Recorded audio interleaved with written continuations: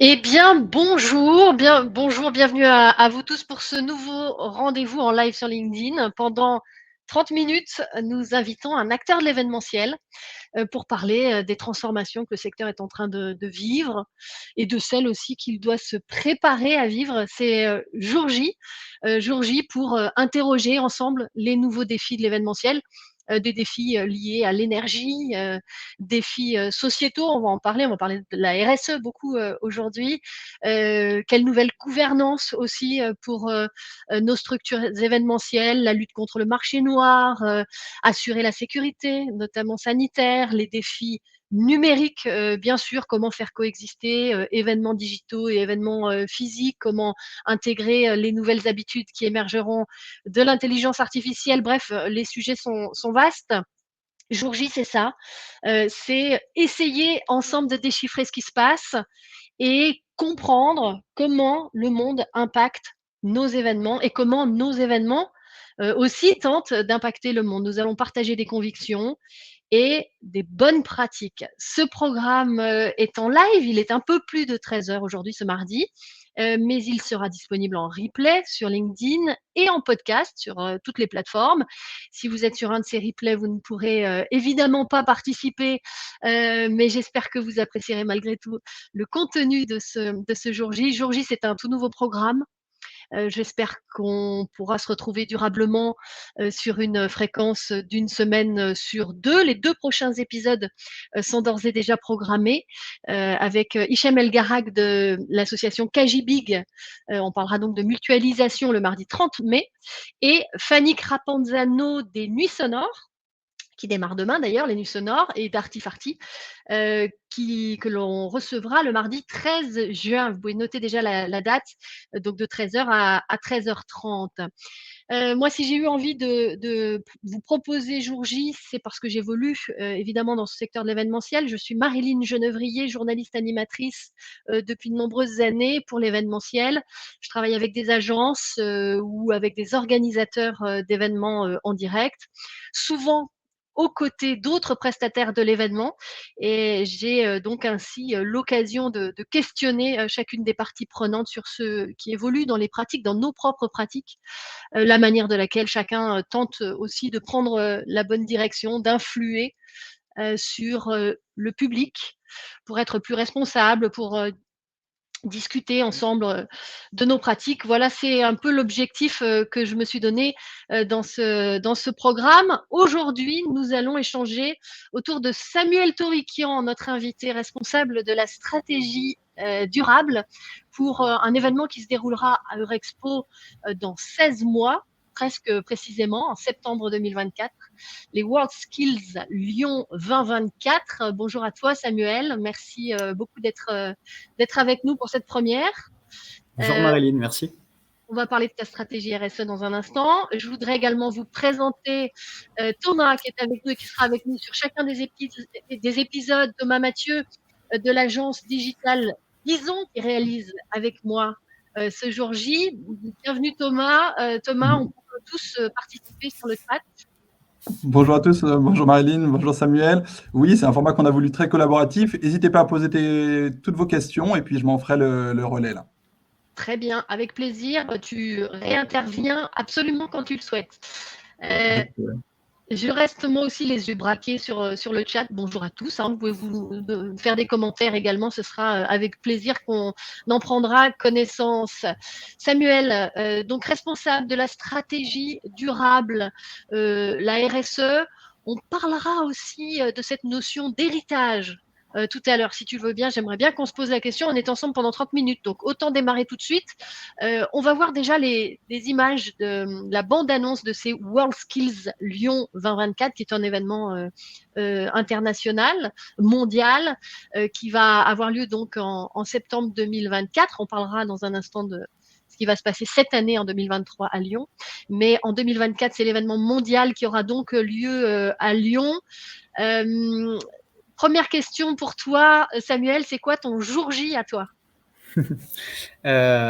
Bonjour et merci pour l'invitation. Alors, pour moi le jour J du coup, et je pense que c'est pas que pour moi, mais ça sera évidemment le 10 septembre 2024, parce que c'est là que commence officiellement la compétition mondiale des WorldSkills l'année prochaine, en septembre.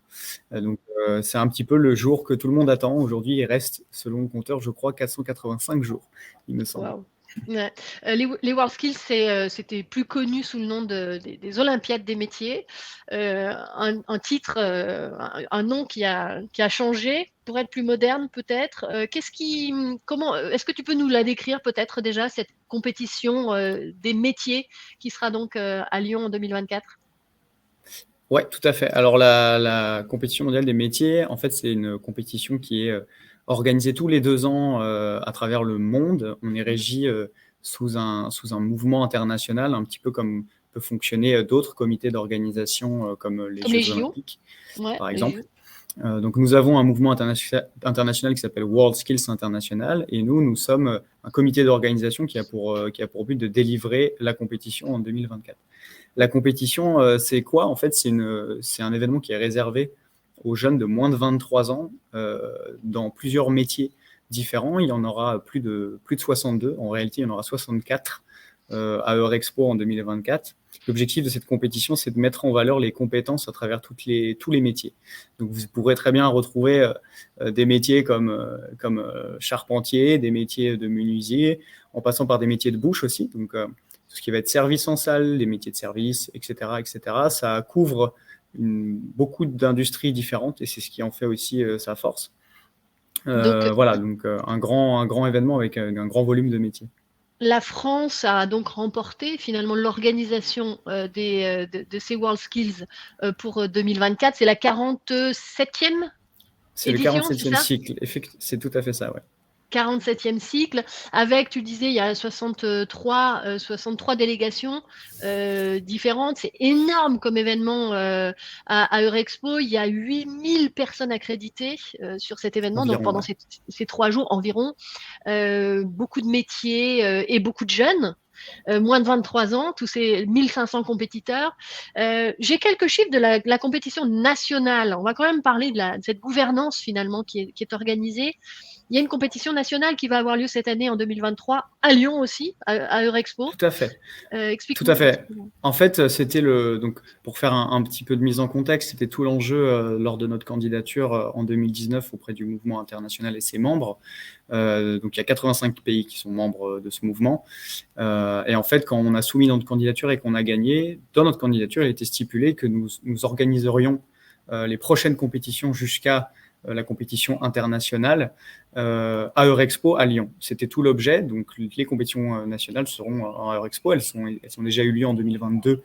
Alors ça avait été décalé de par le Covid, mais elles ont eu lieu en janvier 2022. Elles ont lieu cette année en septembre 2023 aussi à Eurexpo à Lyon, et elles auront lieu en 2024 à Eurexpo pour la compétition internationale. Donc là, en septembre, c'est la compétition nationale. Toutes les équipes des différentes régions en France vont s'affronter pour finalement faire ressortir l'équipe de France.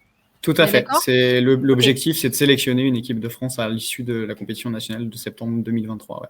Alors dis-moi un peu, qu'est-ce que ça correspond à quoi WorldSkills Lyon 2024, l'événement mondial, par rapport à ce qu'on va vivre en septembre prochain à Lyon. J'ai lu qu'il y ait, juste pour la compétition nationale de septembre prochain, il y a 13 000 repas servis, 20 000 nuitées prévues, 1350 semi-remorques déplacées. Ça, c'est pour la compétition nationale donc de septembre 2023, avec 250 000 visiteurs, 600 compétiteurs.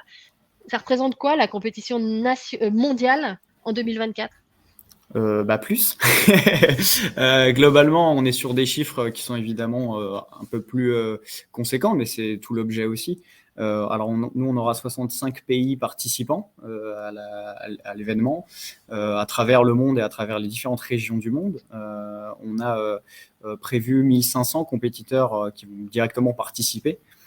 Il y a environ 250 000 visiteurs sur les 3 jours, les 4 jours en fait, du 10 au 15 septembre. Plus de 2000 volontaires, je crois 2500. Donc en fait, on est sur des chiffres qui sont plus volumineux, et surtout avec une diversité de public qui est évidemment encore plus importante que ce que peut être une nationale qui est déjà très volumineuse et aussi très diversifiée. Toi, tu portes, Samuel, toute la stratégie RSE, ce qu'on appelle RSE, donc développement durable. Comment vous abordez cette compétition? Parce que j'ai cru comprendre que c'est la première fois en fait qu'une édition des WorldSkills internationales porte autant ce sujet de la RSE. Comment tu l'expliques, toi, ça? Est-ce que c'est toi qui apportes ça? Et tu es jeune, on peut le dire, je crois que tu as 24 ans. C'est une de tes premières expériences professionnelles finalement, avec beaucoup d'envie, beaucoup de jeunesse aussi, un regard nouveau peut-être sur l'événementiel par rapport à ce qu'on peut connaître, nous les anciens. Ah, Est-ce que tu penses que ça joue aussi dans ta stratégie RSE? alors, pas tant que ça, je pense. Enfin, mon âge a priori rien à voir, puisque en fait, cette stratégie découle en fait d'une prise de position durant la candidature qui a été soumise en 2019, qui a été gagnée en 2019. Donc en fait, les engagements que je porte, quand je dis je porte, évidemment avec tout le comité, mais tout ce que l'on porte est issu de cette candidature. Donc ça, c'est notre force qui peut-être diffère un petit peu et ressort vis-à-vis d'autres événements ou d'autres éditions de WorldSkills, c'est qu'effectivement, nous, on l'a directement inscrit dans notre candidature, ce qui fait qu'on l'a mis en promesse et on s'est directement positionné. Maintenant, peut-être que l'autre force n'est pas tant vis-à-vis de ma jeunesse, mais je pense rien que le fait d'avoir la chance et l'opportunité d'avoir quelqu'un à plein temps sur ce sujet, ça fait une grande différence. Et quand on discute avec les acteurs de l'événementiel, on se rend compte que souvent, c'est très important et c'est quelque chose qui, je crois, est de plus en plus au cœur des enjeux pour les organisateurs d'événements. Avoir quelqu'un à plein temps dans une organisation. Le fait de l'avoir inscrit dans votre, comme une promesse finalement dans votre dossier, pour toi, ça, c'est important pour la suite? Ouais, on sait que c'est difficile, une stratégie RSE de la porter sur le long terme, surtout là, vous êtes embarqué sur 2 ans de préparatifs. Ça, c'est important? Ouais, je dirais même que c'est essentiel parce qu'en fait, ça permet de s'appuyer sur quelque chose dès le départ. Le fait de le mettre en engagement, c'est un argument supplémentaire qu'on fournit au mouvement international et donc aux 85 pays membres. Donc ça prouve la valeur ajoutée. Et ça nous permet ensuite de découler une stratégie et une approche. Et c'est sur ça qu'on s'est appuyé en fait directement quand moi je suis arrivé et que j'ai commencé à travailler sur la stratégie. Donc c'est essentiel, ouais.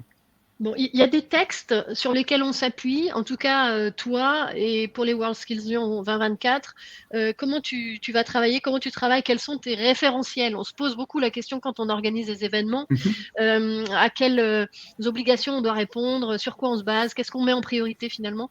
Vous avez décidé quoi? Alors, on a tablé. Dès lors de la candidature, nos engagements de base, c'était de se certifier à l'ISO 20121, qui est donc la norme internationale qui permet de certifier des événements, et tout type d'ailleurs, des événements sportifs, culturels ou autres, sur un fonctionnement durable, vertueux, et surtout, ça a certifié un système de management. Donc ça certifie pas un résultat RSE ou une performance vraiment opérationnelle, mais un système, c'est-à-dire un cadre. Donc nous, on a tablé là-dessus pour créer notre cadre. On a également en référence une autre ISO qui est d'habitude, je pense, plus utilisée pour les organisations pérennes, entre guillemets, qui est l'ISO 26000, qui celle-ci n'est pas certifiable directement, bien qu'on peut passer par un label, mais c'est une norme aussi qui cadre. Et en troisième, qui sort de la candidature, on s'appuie sur une charte qui est la charte de la WWF, une ONG bien connue, qui a travaillé avec le ministère des Sports pour pondre une charte avec 15 engagements éco-responsables que doivent suivre les organisateurs d'événements. Elle a été mise à jour pour 2024 récemment. D'accord. Étant donné que nous ne sommes pas un événement sportif, on décide tout de même de s'appuyer en tant que référence, parce que pour nous, c'est des outils phares. Et en plus de ça, à l'issue de la réflexion et des approches, on a eu l'occasion de tester des labels, un label en particulier, sur lequel on veut aussi s'appuyer. Et enfin, on décide, c'est aussi tout l'objet de la stratégie, c'est de voir quelle contribution on va avoir vis-à-vis des objectifs de développement durable de l'ONU. En fait, c'est tout un schéma avec des certifications complexes, avec des certifications, et l'objectif, c'est de les articuler pour voir ce que ça découle. Et pourquoi les articuler, justement? Pourquoi les cumuler? Alors, pourquoi les cumuler? Alors, nous, on a décidé de rajouter des référentiels parce que celles qu'on avait pris dans la candidature, c'était surtout pour avoir un cadre. Alors, à part la charte... L'ISO 20121, c'est ça? Tout à fait. L'ISO 20121 et l'ISO 26000 sont des cadres, ce qui ne nous garantit pas un résultat de développement durable. Et ça ne nous donne pas des indicateurs forcément très poussés. Ça ne nous évalue pas là-dessus en tout cas. Donc l'idée d'aller vers des labels et la charte aussi WWF, c'est de se donner des contraintes de résultats. Et c'est pour ça qu'on en a rajouté. Après, pour les articuler, l'important, c'est de ne pas se perdre, parce que ça fait beaucoup de certifications différentes. C'est donc des méthodes de fonctionnement aussi qui sont différentes. Et là, nous, on a décidé de fonctionner comme ça, mais dans d'autres événements, il n'y a pas nécessairement un besoin de cumuler sans logique et sans pertinence les certifications, parce qu'il faut savoir que ça coûte et de l'argent et des ressources humaines. Donc, c'est en fonction de la pertinence et du volume aussi de l'événement. Tu conseilles de prendre le temps de bien analyser chacun de ces labels, de ces chartes et des certifications ISO avant de se lancer et de se décider. C'est ça. Chaque chose a un peu sa mesure, sa particularité, sa mesure. Okay. Voilà, tout à fait. On peut utiliser plusieurs outils et plusieurs évaluations différentes, mais c'est important de bien savoir de quoi il s'agit. Et aujourd'hui, alors déjà sur les World Skills Lyon 2024 à proprement parler sur cet événement donc mondial, les métiers, on imagine qu'il y aura donc des jeunes qui vont être là à travailler, montrer leur savoir-faire, leur excellence. Quels sont les sujets sur lesquels que tu as priorisé? C'est le cas, il faut prioriser d'abord? Ouais, c'est souvent le plus conseillé quand on fait de la RSE ou du développement durable, c'est de prioriser les enjeux, surtout quand il s'agit de grands événements comme celui-ci. Mais d'ailleurs, dans n'importe quelle activité, c'est important de pouvoir prioriser parce qu'on ne peut pas tout faire, malheureusement. Il y a des axes de travail que nous, on priorise. Aujourd'hui, ils vont se formaliser grâce à notre consultation auprès de l'ISO 20121 pour atteindre cette fameuse norme. L'idée, c'est de prioriser des enjeux, de les définir. Donc nous, on a certains enjeux qui quand même ressortent très régulièrement parce que c'est le cœur aussi de notre événement, c'est les déchets. Étant donné qu'on a 64 compétitions différentes et métiers différents, ça veut dire qu'on a aussi des industries différentes et des typologies de matériaux qui sont utilisés qui sont différents et donc des typologies de déchets qui sont différentes.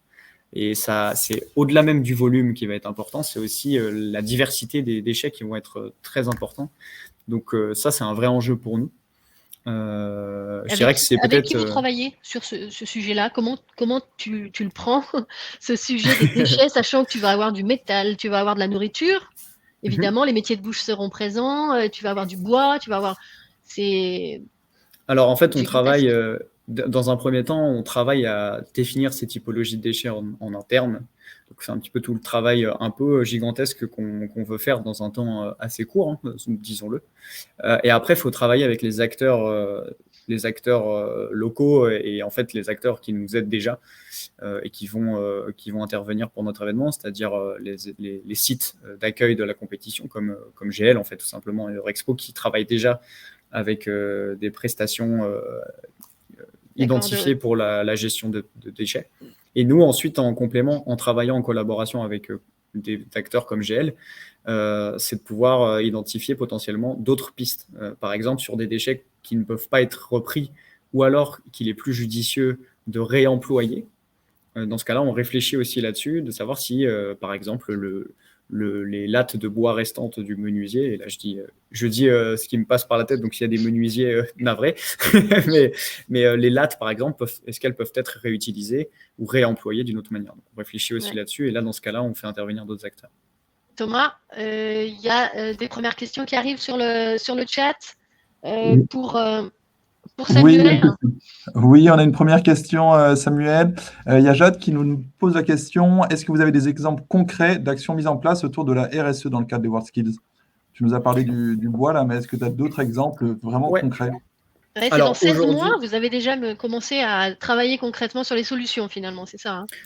Alors, en fait, on a aujourd'hui pour l'édition 2024, notre plan d'action n'est pas encore dressé puisque c'est tout le sujet de la norme. On est en train de travailler sur des tests parce qu'en fait, étant donné qu'on a plusieurs éditions qui se sont réalisées, on a eu en janvier les finales nationales, là en septembre d'autres finales nationales et après 2024, puis on a aussi d'autres événements spéciaux. On teste des sortes de petits plans d'action. Dans le cadre des finales nationales dernières en 2022, on avait fait plusieurs actions, dont une qui ressort pas mal, c'est qu'on avait travaillé avec les acteurs de Rexpo pour redistribuer les box alimentaires qui étaient proposées pendant l'événement. Et en fait, on les redistribuait grâce à un organisme qui s'appelle le Chez Nous Manquant, qui s'occupait de redistribuer à son tour ces box alimentaires pour d'autres associations. L'objectif pour nous en 2024, c'est évidemment de décupler ce genre d'action. On a aussi la volonté de déployer certaines actions solidaires. Donc aujourd'hui, on n'est pas dans la formalisation d'actions, parce que notre plan d'action n'est pas encore fait. Mais évidemment, on pense à travailler notamment tout ce qui va être sur la réduction carbone. Donc, ça va intégrer la thématique transport et mobilité, la contribution carbone aussi. Comment est-ce qu'on peut contribuer? Donc, voilà, il y a plusieurs thématiques qui viennent. Aujourd'hui, les exemples concrets ne sont pas encore là, mais le plan d'action va être là pour les nommer. Est-ce qu'on peut parler de RSE, Samuel, quand on fait venir 1500 compétiteurs de l'autre bout du monde, quoi? Tu parlais de compensation, tu parlais du carbone. C'est sûr que la question des transports, elle est insoluble, quoi. Ouais, complètement. En fait, c'est un peu tout le paradoxe quand on fait de la RSE ou du développement durable, et encore plus, je pense, quand c'est de l'événementiel. Le fait est qu'effectivement, on fait venir 65 pays différents, de cultures différentes, de diversité immense, et on les fait déplacer. Et malheureusement, on ne peut pas faire venir la délégation chinoise en vélo, malheureusement, même si on aimerait. Il y a des solutions de sensibilisation pour les pays limitrophes à la France, les pays voisins, où on peut peut-être leur proposer de venir en train, de les sensibiliser à ça, s'ils sont partants aussi, parce qu'on ne peut pas décider pour eux non plus, malheureusement. Donc, hormis la sensibilisation qui n'est évidemment pas suffisante pour réduire son empreinte carbone, la deuxième solution, étant donné qu'on n'a pas de levier là-dessus, c'est la contribution carbone. Donc ça, c'est aussi un sujet sur lequel on travaille et qu'on est en train de défricher.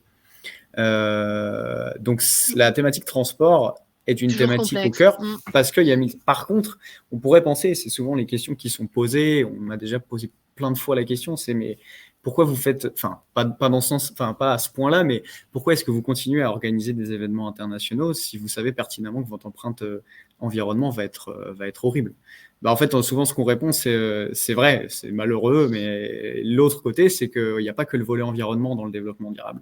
Il y a aussi le volet social, qu'on oublie parfois quand on parle de développement durable et de RSE. Faut savoir que c'est aussi un impact social, cette compétition. Rassembler 1500 compétiteurs jeunes de 23 ans qui travaillent sur des métiers qui sont parfois sous-valorisés dans certains pays, et notamment en France, on peut le dire facilement ça. Que justement, ça a un impact de pouvoir se rencontrer. À la fin, les compétiteurs qui participent ont une médaille. Ils sont reconnus à l'international et ils peuvent travailler à l'international facilement. C'est leur meilleur CV. Et c'est aussi un moyen de s'épanouir dans ces compétitions. Et là, je parle vraiment que l'aspect compétition. Il y a plein d'autres choses qui vont être faites. Et en termes d'impact social, ça va être énorme. Donc, c'est malheureux sur le levier carbone, effectivement, même s'il y a des solutions et des alternatives qu'on veut prendre. Cela dit, si on ne fait pas cet événement, parce que ça peut être aussi la question, on perd aussi un impact social immense. Donc voilà, c'est aussi tout l'enjeu et le paradoxe de ces événements. Alors justement, d'un point de vue social, est-ce que j'imagine que tous les pays n'ont pas la même approche de ces métiers et d'une compétition mondiale d'ailleurs? Comment vous assurez que tous les jeunes, quelle que soit leur situation sociale, leur situation géographique, puissent participer à un événement comme celui-là et puissent être présents s'ils font partie des meilleurs à Lyon en 2024? Puis après, on prendra une autre question du chat. Notre rôle dans un premier temps, c'est de s'assurer que... Alors, je vais parler des packages. Donc, les packages, c'est un petit peu le pack que les délégations payent pour pouvoir participer à l'événement. C'est quelque chose qui nous est soumis par le mouvement international et qui a toujours existé depuis que la compétition existe, c'est-à-dire le mouvement existe depuis 1947, j'espère que je ne dis pas de bêtises, normalement c'est 47. En fait, les pays pour participer doivent régler l'hébergement, le transport qui leur concerne. Nous, notre objectif, c'est de pouvoir au maximum leur fournir un package qui leur soit accessible. Ensuite, sur la compétition, et sur les événements en général de la compétition, donc qui supportent cette compétition, c'est de s'assurer que tout leur est au mieux pour pouvoir participer. Donc, ils sont accompagnés, ils vont être par exemple accompagnés par des officiers de liaison en partie. Nous, on va mettre en place certains services d'hébergement, certaines choses, notamment un village des compétiteurs qui sera à l'INSA dans le campus. Donc, c'est des endroits qui seront réservés pour les compétiteurs. On prévoit certains services qui leur sont dédiés pour qu'ils soient au mieux dans la compétition. Il y a tout un axe d'accessibilité à la compétition qui est important pour nous. D'accord, très bien. Avec un travail là-dessus, je vois que, alors rapidement, parce qu'on arrive au bout, ça va très vite. J'ai une dernière question sur l'héritage à te poser. Jade, sur le chat, nous demande est-ce qu'il y a un bilan carbone qui a déjà été fait sur les précédentes éditions? Sur les éditions internationales, elles n'ont jamais été faites, en tout cas pas à ma connaissance, et les dernières éditions les plus proches, c'est-à-dire Kazan, Abu Dhabi, Leipzig, je parle des années entre 2010 et jusqu'à maintenant, je n'ai pas vu de bilan carbone dans leur rapport.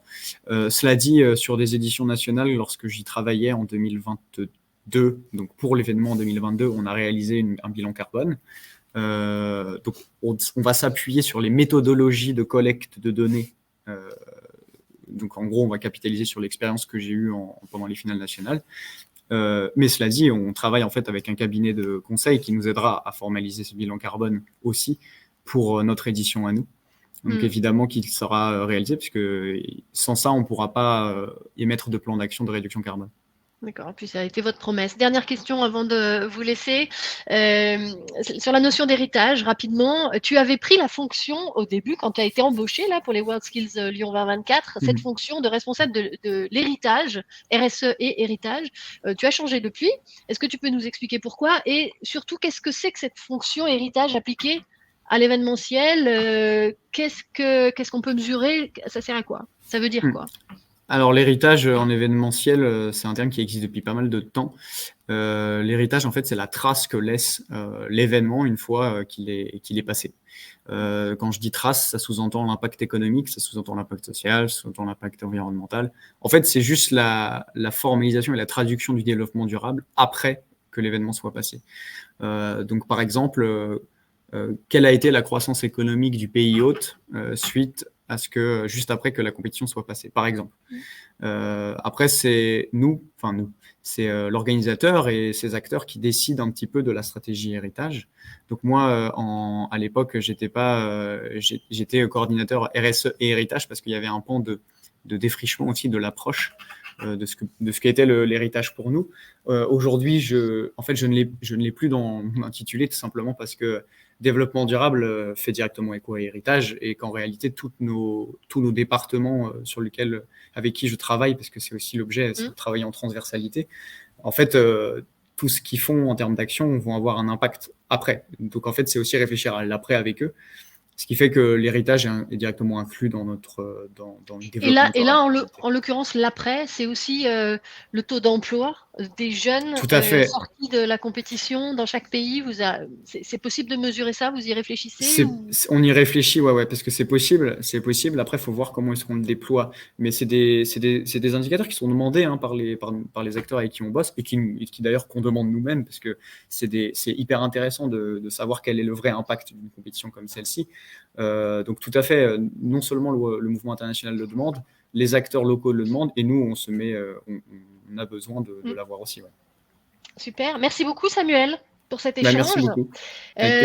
Thomas, tu peux revenir nous voir si tu veux pour nous saluer également. Merci à vous qui nous avez suivis, qui êtes intervenus aussi sur le chat. C'était un plaisir de pouvoir échanger. Thomas, ça s'est bien passé de ton côté aussi? Oui, parfait. Parfait. Merci Samuel pour ton intervention, super enrichissante. Merci beaucoup. Ouais, le programme était en live, mais sera donc disponible, je vous le rappelle, en replay sur LinkedIn, bien sûr, et en podcast sur les plateformes habituelles. Donc, si vous avez loupé le début, vous pouvez le réécouter. Merci de suivre la page LinkedIn de Jour J, si vous en avez la possibilité. Ce sera avec plaisir qu'on vous informera des prochains lives. Prochain épisode de Jour J, nous parlerons de la mutualisation de matériel avec Hichem El Garak de l'association Kajibig qui est à Lyon. Ça sera un sujet très intéressant aussi dans 2 semaines. On se quitte, si vous le voulez bien, sur la vidéo des WorldSkills, cette bande-annonce qui nous en dit plus sur l'événement. Merci encore, Samuel, de cet échange et de ta disponibilité. Merci beaucoup.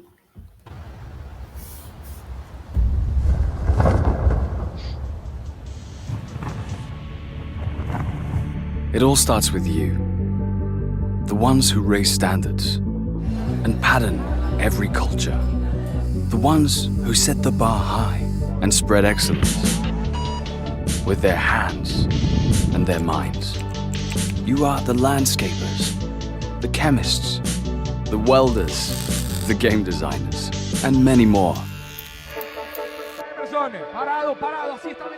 It all starts with you. From the very moment you commit, you keep following your dreams, empowered by your skills. So come and join us here in France. The land of passion, know-how, and creativity. WorldSkills Competition 2024 is waiting for you in Lyon, the city of French art de vivre. Let's show the world the tremendous need for skills. WorldSkills Lyon 2024. Where there is a skill, there is a way.